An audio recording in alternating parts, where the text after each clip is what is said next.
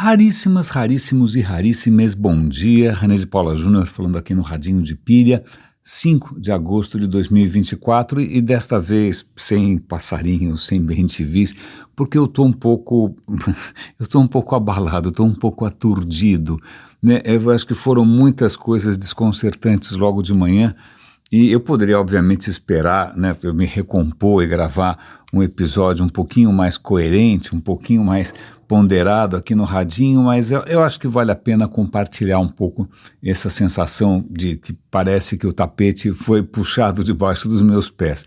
Mas é que eu acabo de, em princípio deveria ser uma razão de alegria, eu consegui participar mais uma vez de um programa da BBC inglesa. Curiosamente, eu acho que eu sou mais ouvido, minha voz é mais familiar nas ruas de Londres do que aqui em São Paulo. Curioso isso, sensação um pouco estranha.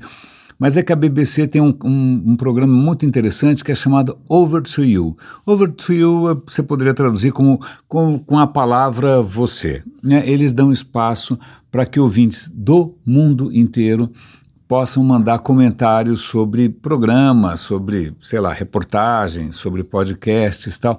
E eu participei uma vez, há alguns anos já, e volta e meia eu consigo participar novamente, já perdi a conta, se foram 6, 7, 8 vezes, não sei, né? Eu vou depois passar o link para vocês. E hoje eu recebi o link para a gravação final, para aquela que foi ao ar.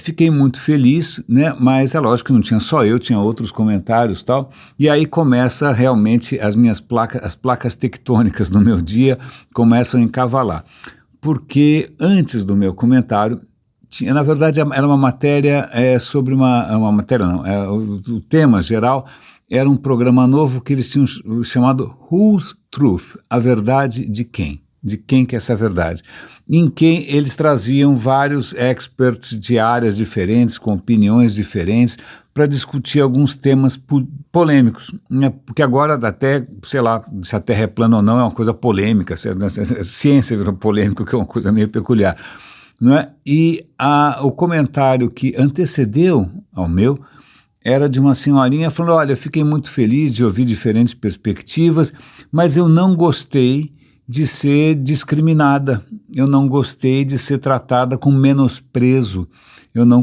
gostei de ser tratada como se eu fosse alguma coisa inferior, né? Eu não gostei de ser chamada de negacionista. O que acontece com aquela ouvinte? Eu nem quero imaginar no que ela acredita, mas é alguma coisa que provavelmente não foi aprovada de maneira unânime pelos convidados.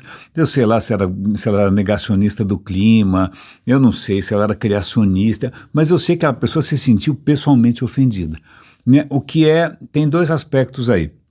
O primeiro deles é, caramba, como é difícil você tentar comunicar ciência, conhecimento, cultura, né, se as pessoas vão se sentir ofendidas como se você estivesse estuprando, né, o seu direito individual à estupidez e à burrice e à ignorância. Mas tudo bem, ok, tá legal, isso é uma coisa a ser levada em conta. Eu provavelmente já devo ter caído nessa armadilha, sei lá, todo santo dia talvez, né, já tenho escorregado nisso praticamente 5 vezes por semana ou mais, né? Ok, eu vou anotar isso.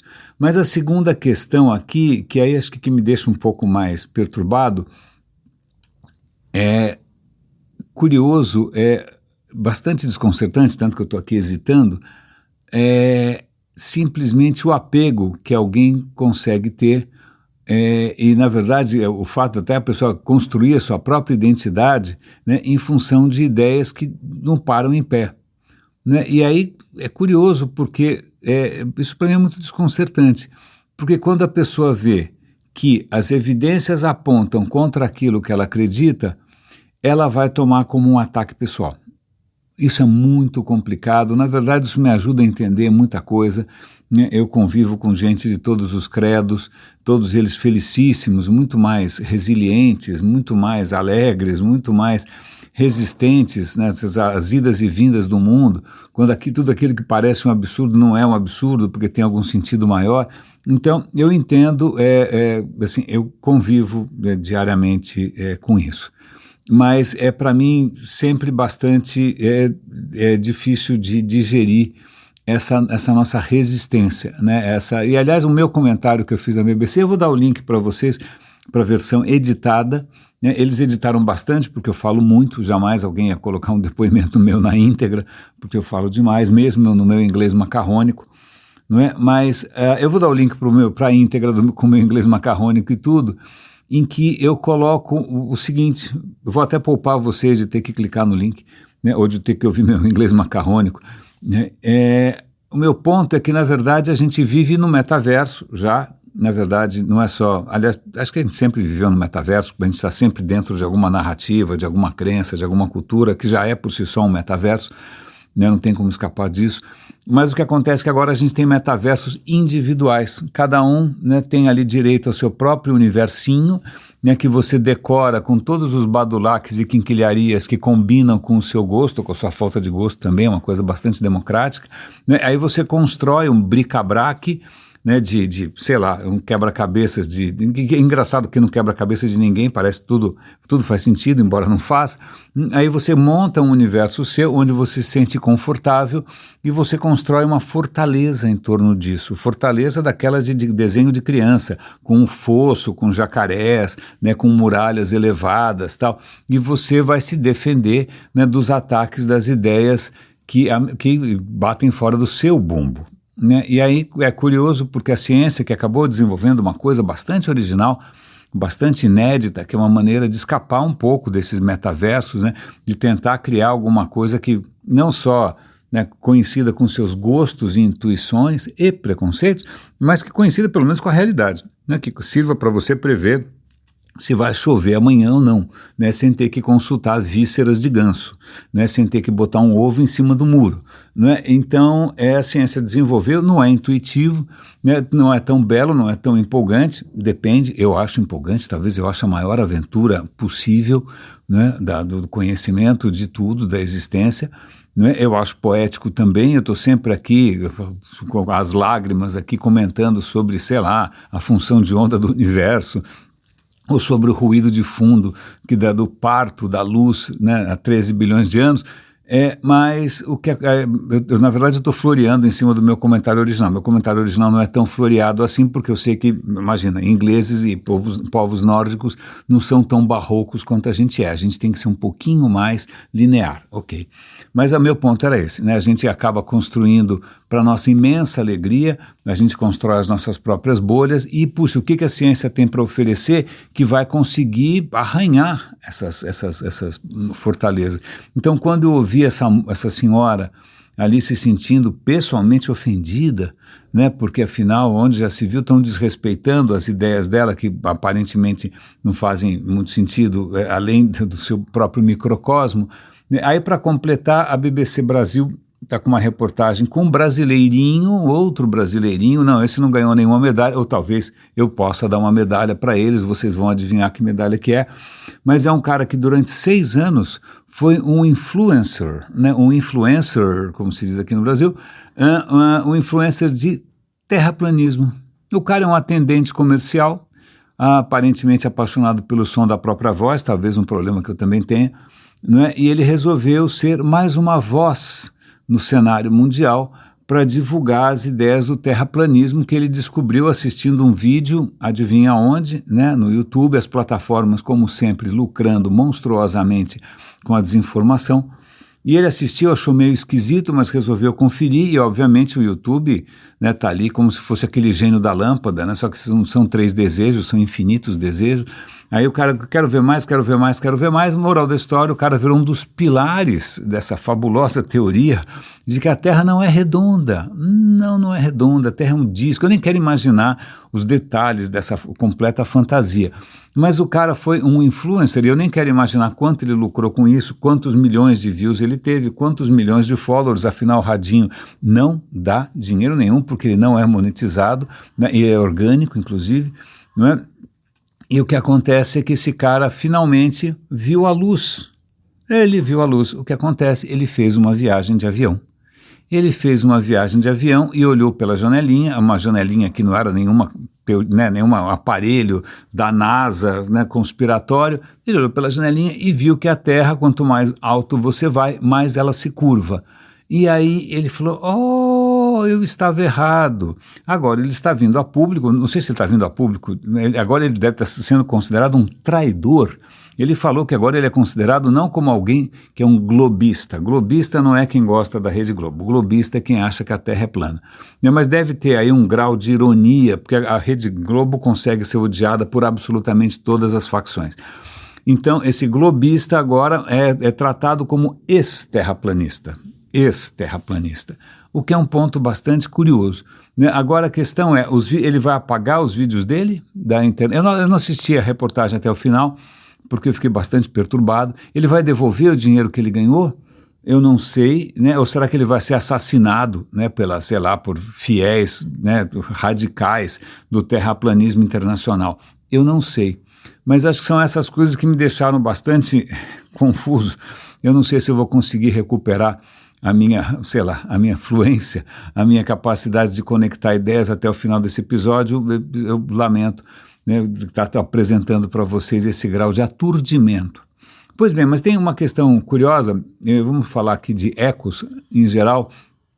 Uma das notícias que eu separei aqui, porque também foi uma das primeiras coisas que eu vi de manhã, é que na Inglaterra está tendo ali, não vou chamar de manifestações, porque manifestação até que é uma coisa leve. Não, mas está tendo realmente ataques horrorosos de ingleses, que você consideraria normalmente pessoas bastante sensatas, civis e democráticas, ataques que estão botando fogo, atacando, atirando, gritando, agredindo, o que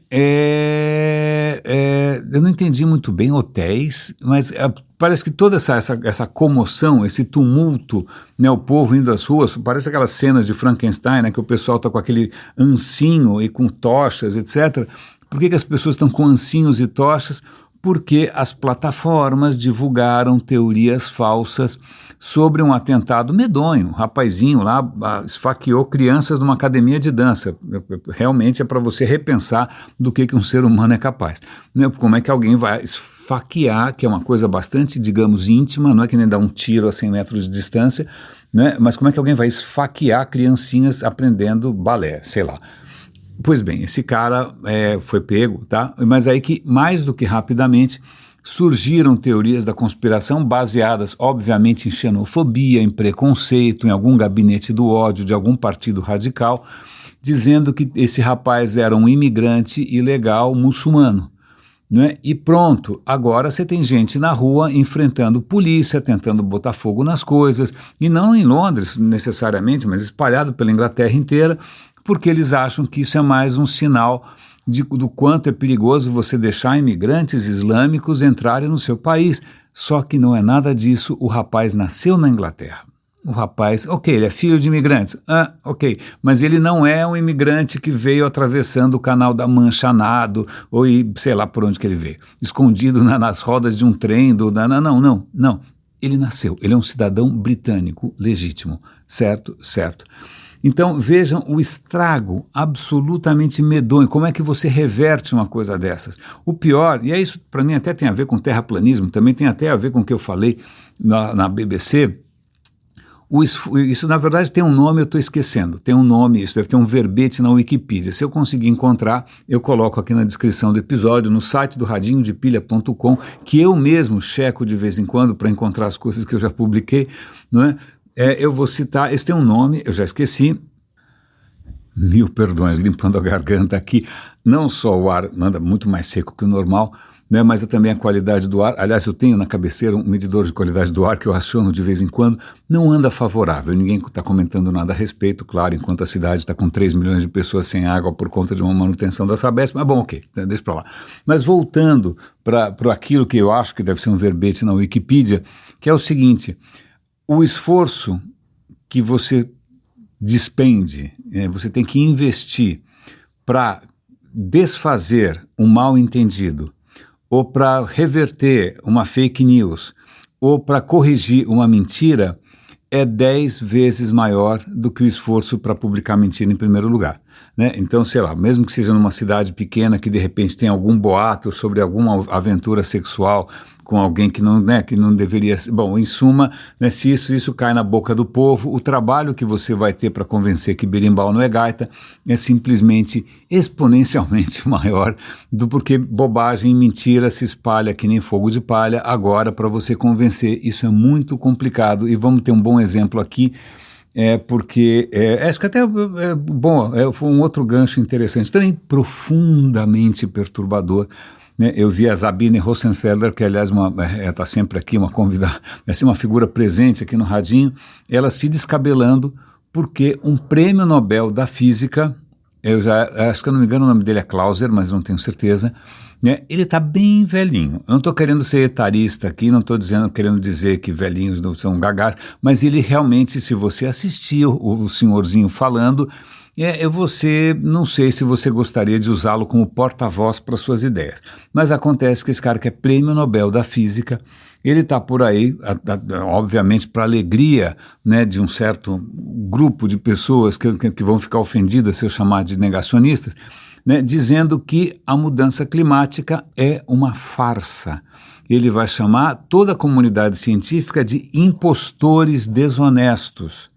Aí você fica se perguntando por que alguém que é cientista, que dá um trabalho louco, você tem que estudar que nem um maluco, né? Se não é que você está nas festas, popular, né, com sexo oposto, não, você está ralando, aí você vai trabalhar numa coisa que é monótona, você não vai ficar milionário, você não vai virar uma celebridade, você não vai ganhar, né, você não é um jogador de futebol que vai ficar zilionário, sei lá por quê, é uma carreira sacrificada, certo? Certo.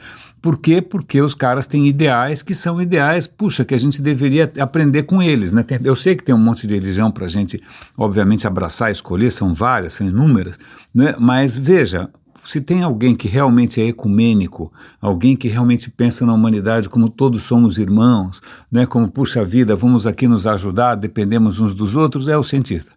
Né, porque só isso explica por que o cara seguiu uma carreira que é tão, aliás, na verdade, tão perigosa. Né? A gente já comentou aqui no Radinho que tem meteorologistas na Itália sendo ameaçados de morte porque surgiram fake news de que os meteorologistas, na verdade, estão a serviço de um complô internacional. Bom, em suma. Mas voltando aqui, o que esse Prêmio Nobel de Física está dizendo?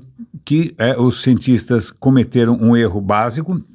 Aí ele vai começar a puxar várias imagens de papers bastante conhecidos, né, de clima, mostrando que, olha aqui, ó, eles não somaram isso com isso com isso. A hora que você somar isso com isso, os números não fazem mais sentido. Então eles cometeram um erro básico. E veja, na verdade, não tem como o planeta esquentar, porque as nuvens servem como um mecanismo regulador, porque se esquenta um pouco mais, a água evapora, faz mais nuvem, no que faz mais nuvem, as nuvens refletem a luz do sol e fazem sombra, diga-se de passagem, isso esfria o planeta, então isso é um mecanismo como se fosse um termostato, né? As nuvens são, né, o equilíbrio térmico do planeta, hashtag só que não. Isso é completamente delirante. E aí a Sabine vai fazer justamente o que aparentemente não funciona, que é tentar desmentir passo por passo tudo que esse velhinho maluco, não sei o que aconteceu com esse cara, né? O cara é físico, como é que ele mesmo não está percebendo as bobagens que ele está falando? Porque são coisas que o próprio gráfico que ele está mostrando deixa explícitos. Ele não lê, ou ele, por alguma razão qualquer, ignora o que está ali no gráfico para dizer que aquilo não está no gráfico, mas aquilo está no gráfico, né? Todas aquelas curvas têm uma linha de base. Pois bem, ele não sei se ele é maldoso ou simplesmente o cara está ficando louco, não é? Mas ela vai passo a passo tentando explicar pela física e pela matemática por que ele está errado. A questão é, quem acreditou nele em primeiro lugar? Porque a hipótese dele parece muito mais simples, né? É aquela história da navalha de Occam, não sei se a navalha de Occam é muito usada em ciência, a navalha de Occam é o seguinte, você tem um fenômeno, aí você tem várias explicações possíveis que parecem dar conta do fenômeno, né? Qual que você escolhe? Bom, todas parecem funcionar, provavelmente a melhor hipótese é a mais simples, né? É aquela que inventa menos coisa, né? Porque veja, para explicar a injustiça do mundo, as pessoas vão criar, nossa, para livros e livros e bibliotecas e editoras com histórias absolutamente fantasiosas. Bom, mas em suma, então qual é a hipótese mais simples? Essa é a navalha, é um corte, é uma navalha de Occam, e o que acontece é que isso não funciona necessariamente bem, porque para quem não, sei lá, não tem tanta repertório assim, a hipótese mais simples pode ser vigorosamente errada. Ele vai achar mais simples porque ele não entende mais ou menos o que é a matemática do resto.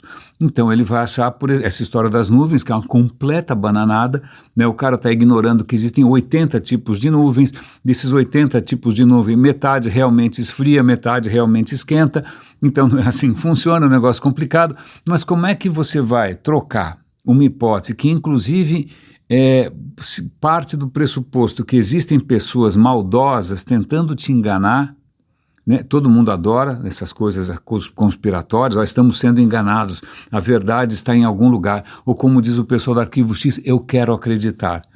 É gozada essa história do eu quero acreditar, porque para mim quando uma coisa é verdadeira, você não precisa acreditar, ela é. Tanto é que o cara da Terra plana, embora ele não acreditasse, sei lá, que a Terra é esférica, é um globo pelo menos, o celular dele continua funcionando. O GPS, que são 20 e tantos satélites em volta da Terra, mandando sinais que são triangulados, que tem que levar em conta a teoria de relatividade do Einstein, porque o campo gravitacional altera, faz com que o tempo se dilate. Ele não acredita em nada disso, mas mesmo assim o GPS continua funcionando, porque cientistas são assim. Eles não vão querer fidelidade partidária, eles não vão condenar heresias. Cara, leva o GPS para você, vai funcionar. Você não precisa acreditar, ele simplesmente funciona. Não é? Mas veja bem, esse físico completamente destrambelhado, obviamente vai fazer um sucesso louco. Muita gente o que me espanta é que não é só gente que é necessariamente, mal formada, não teve acesso à educação. Eu já conheci gente mais bem formada do que eu, que por alguma razão profundamente misteriosa para mim, o cara vai preferir uma explicação mirabolante, vai acreditar em negacionismo de vacina, em negacionismo de aquecimento global. Pois bem, agora tem um prêmio Nobel falando essa besteira, estamos fritos. A coitada da Zabine quase infartou, ela fez o que ela pôde, mas, de novo, as redes sociais divulgam, as pessoas vão preferir uma hipótese que dá menos trabalho, elas não têm que aprender nada de novo, é fácil colocar a culpa nos outros. É difícil, daqui a pouco o próximo passo, como já está acontecendo com meteorologistas na Itália, é você ameaçar as pessoas de morte. Daqui a pouco vai ter gente com ancinho e tochas na porta do IPT, não sei, não tenho a menor ideia do que pode acontecer. E falando nisso, vamos pular um pouco. Eu comecei falando aqui também desse ataque, esses ataques na Inglaterra, mas em Bangladesh, que realmente não é uma preocupação cotidiana de praticamente ninguém que eu conheça, mas em Bangladesh está acontecendo um tumulto, uma reviravolta, uma revolução, porque a população foi às ruas de uma maneira bastante corajosa, bastante, inclusive, violenta, ali se batendo contra os policiais. Acho que 90 pessoas morreram. Para que denunciar que o primeiro-ministro de Bangladesh é um completo maníaco? Eu não sei exatamente qual é a questão, se tem a ver com insatisfação de situação econômica, se tem a ver com política de cotas, ou se é porque, não sei o que aconteceu, eu não sei. Na verdade, uma das coisas que quem lembra aqui da crise dos 20 centavos, quando o Brasil foi às ruas por uma razão completamente... por causa de 20 centavos, toda vez que parece que essas coisas ganham vida própria, quando por alguma razão qualquer, mesmo que sejam 20 centavos, as pessoas, resolvem ir às ruas, a coisa é contagiante. Quando você vai ver, de repente, em Bangladesh, o primeiro-ministro fugiu. Ele deu no pinote. A gente já viu isso acontecer em vários países do leste europeu recentemente, o cara dá um pinote para não sofrer o mesmo fim de quem? Do Luís XVI e da Maria Antonieta. Então vamos pular de Bangladesh agora para a França. Eu ouvi mais alguns episódios, são 8 episódios, eu já ouvi, acho que eu estou no 7º, não acabei de ouvir. Mas, de novo, a Revolução Francesa, que eu nunca fui muito fã, sempre achei que tinha muito sangue nessa história. Tudo bem que tem os direitos humanos, mas os direitos humanos para mim não são tão universais assim. Ninguém está gostando, você olha universalmente, ninguém, olha, obrigado por ter inventado esses 10, em uma semana vocês conseguiram vir com isso, obrigado. Ali, veja, os direitos humanos universais não falam de mulheres e não falam de escravizados. A França tinha escravizados. Ninguém falou ali de libertação dos escravos. Aliás, isso vai ser uma boa dica de televisão no final do episódio. Ninguém falou aqui da situação das mulheres. Era uma coisa absolutamente chauvinista e machista. Eram só homens que eram considerados cidadãos. Certo? Certo. Ok. Então tem N questões aí. Ninguém se perguntou se no Oriente Médio esses valores que estão sendo alardeados como universais, se eles vão ser bem-vindos ou não. Ninguém perguntou. O cara simplesmente decretou que é aquilo, e ele era um francês com uma, sei lá, com uma peruca empoada, sei lá. Bom, ok, desculpa. É lógico, eu sou a favor de direitos humanos, claro que eu sou, mas existe algum equívoco na ideia de achar que algumas coisas são universais, porque, veja, não é isso que está acontecendo. As pessoas estão derrubando, né, torres gêmeas porque não concordam. Então, temos que repensar algumas histórias. Mas voltando, aliás, eu não concordo com quem derrubou as torres gêmeas, até hoje eu me recuso a ver. Quando vai como mostrar alguma cena, eu fecho o olho. Até hoje eu não vi as torres gêmeas caírem porque eu não quero ver. Né? Eu ainda, talvez por equívoco, por formação ou por deformação, eu ainda estou do lado do que a gente poderia chamar de Ocidente. Mas deixa para lá. Eu estou fazendo aqui uma grande digressão, acho que eu estou um pouco abalado com o pessoal do terraplanismo, né? E com esse velhinho louco. Mas voltando, o que eu achei bastante interessante é que esse podcast, essa série do The Rest is History, está me introduzindo um pouco a dimensão de tempo. Né?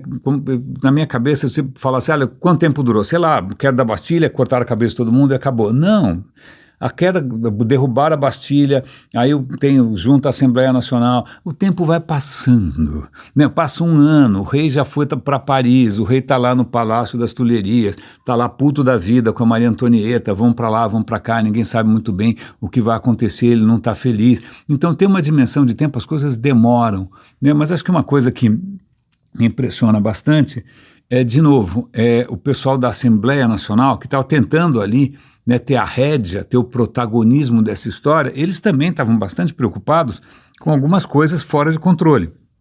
Entre eles, a turba. Né? Vale lembrar que quem tira o rei e a rainha de Versalhes, que era mais ou menos como Brasília, né? Um lugar assim meio isolado, onde eles viviam numa bolha. Pois bem, quem tira eles de lá, na verdade, é um grupo de mulheres peixeiras que todo ano iam lá falar com a rainha. Dessa vez elas estão putas porque o pão está muito caro, o pão subiu mais do que 20 centavos, está o dobro, está custando 15 sus, 15 tostões. É um grupo de mulheres que vão enfurecidas, pegando armas, chegam até lá, aí tem morte e acabam correndo atrás da rainha, quase pegam a rainha sai por um túnel secreto, quase morreu. Essa multidão de mulheres que também acaba engajando ali, vamos chamar assim, né, acaba convencendo alguns membros da Guarda Nacional para participar desse grande movimento, mulheres. Elas acabam trucidando, decapitando, né, os guarda-costas. É um negócio meio bem sangrento. Né? E você fala, cara, o que está acontecendo? São mulheres, são população, o que esses caras querem? Por que esses caras estão tão felizes com cortar cabeças? Né? Qual é a graça dessa história?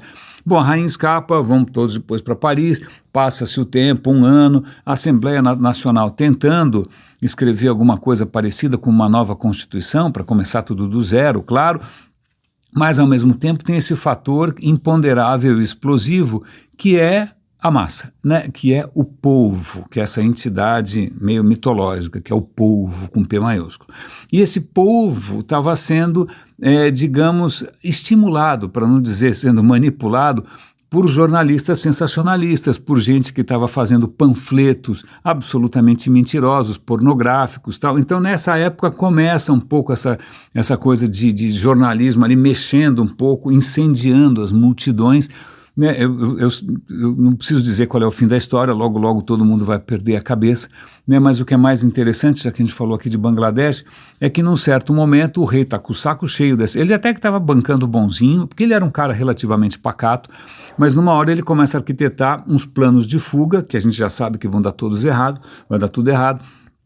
Ele vai, cara, vou embora daqui antes que aconteça alguma coisa pior, não estou aguentando nada disso, né? Mas o cara é tão tonto, mas tão completamente mané, que, desculpa aos manuéis do mundo, perdão, isso é só uma gíria injusta, né? Ele resolve, ele tenta fugir, ele com a família toda, e a ideia era usar os veículos mais discretos possíveis, não, mas onde já se viu, eu tenho que levar minha criadagem, eu tenho que levar as crianças, eu tenho que levar o cachorro, e no fim acaba ficando, não, então vamos mandar fazer uma carruagem que não chame a atenção. É lógico que ela vai chamar a atenção, porque ela parece uma Porsche de luxo, né? Como é que alguém não vai ver o negócio daqueles?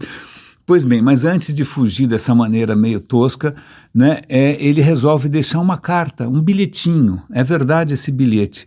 E o que ele deixa ali não é alguma coisa patriótica, bonita. Não, o cara botou as vistas, botou o fígado naquele negócio. Ele falou, eu estou detestando essa história toda, eu sou um prisioneiro, tudo que eu falei até agora eu estava sendo coagido, esse negócio é um horror, isso não pode acabar bem, isso aqui é uma merda. Bom, o cara soltou, né, como se achando que o plano fosse dar certo. Obviamente, o plano não deu certo, pelo visto o primeiro-ministro de Bangladesh é um pouco mais esperto do que ele deve ter aprendido, né, os autocratas aprendem com os outros autocratas, né, e ele não fez essa burrada, né, então a gente sabe o que vai acontecer, eles vão ser pegos, aí o pessoal vai pegar a carta, ele vai ser um traidor da pátria, e aí inventaram essa história de a pátria, a nação, né, como se fosse uma entidade sólida, indivisível, e qualquer um que, por acaso, né, não concorde com a pátria, a nação, o povo, né, merece ser decapitado, e daí para frente é só ladeira abaixo ou guilhotina abaixo, conforme o seu gosto.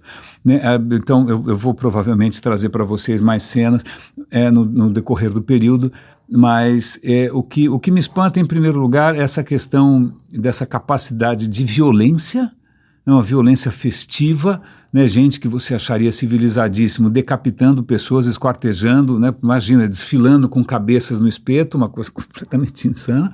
Né, também me espanta o papel desse pessoal que começa a manipular as massas com fake news, né? Algumas notícias até são verdadeiras, mas elas são feitas para justamente mobilizar e botar todo mundo em polvorosa, né? De uma maneira um pouco irresponsável. Isso me assusta bastante. Mas vamos pular agora para um tema, só para encerrar. O Gabeira, que é uma figura que eu admiro imensamente, o cara não tem preguiça, ele vai para uns lugares no Brasil absolutamente inacreditáveis, eu tenho preguiça de ir até a esquina. Pois bem, o Gabeira fez um documentário curtinho, está na Globo News, sobre um episódio interessante da história nacional, não só da história nacional, mas da história internacional. O que acontece, a gente já tinha comentado alguns episódios atrás, quando a gente falou, acho que da história de Portugal, Dom João VI e tal, que os portugueses estavam cobrando dos portugueses, né, os ingleses estavam cobrando dos portugueses que eles parassem com essa barbárie do tráfico de escravizados. Para com isso, é meio ironia, porque a Inglaterra também tinha escravos, mas bom, eles tinham um movimento abolicionista, certo? Aí Portugal fala, não, claro, ó, vou fazer uma lei aqui, super legal, vocês vão adorar, a gente vai parar com isso, e caso algum navio chegue no Brasil com escravizados, né, da África, eles vão ser libertados, eles serão libertados, eles vão ser homens livres.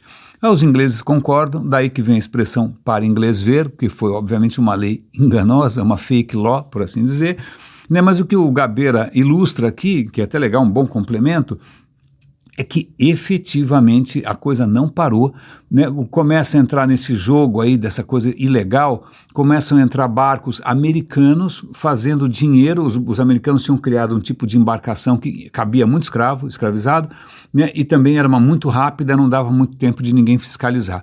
Então os americanos estavam ali ganhando uma grana, né, fazendo praticamente contrabando de escravizados. E aliás, só para tornar a coisa mais cruel ainda, né, para caber mais gente no barquinho, eles começaram a pegar criança. Então imagina um barco com centenas de crianças escravizadas, nem todas falavam a mesma língua, né, condições obviamente medonhas.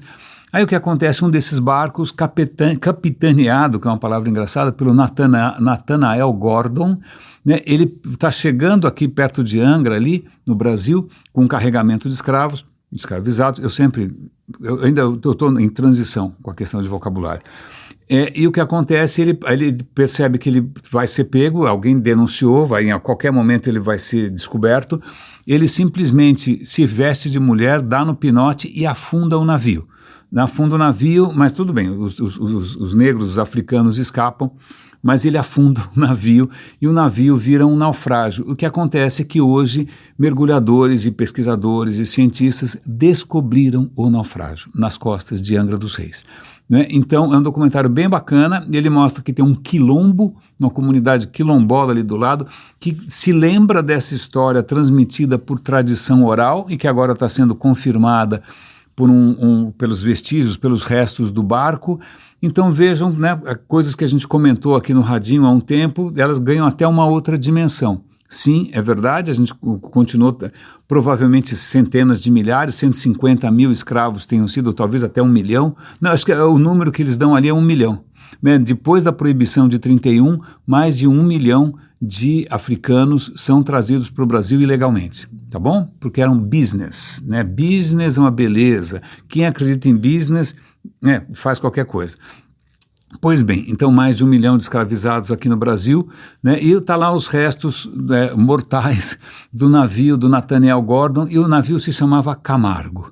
Então eu vou ver se eu consigo o link aqui, eu achei a história interessante, o Gabeira, uma figura sensacional, eu adoro, né, se ele fosse candidato a presidente eu votava imediatamente, né, mas raríssimos e raríssimos, perdoem-me aqui se eu estou um pouco mais, sei lá, mais aleatório que o normal, é que, né, algumas coisas são particularmente desafiadoras, né, e eu poderia, sei lá, reforçar a minha fé em mim mesmo, mas eu prefiro me sentir abalado, passar recibo e ver que realmente eu tenho que repensar algumas das minhas certezas e que eu estava errado e que realmente a coisa é muito mais complexa do que qualquer historinha simples, botando a culpa nos outros, poderia me fazer crer. Um grande abraço, cuidem-se e até amanhã.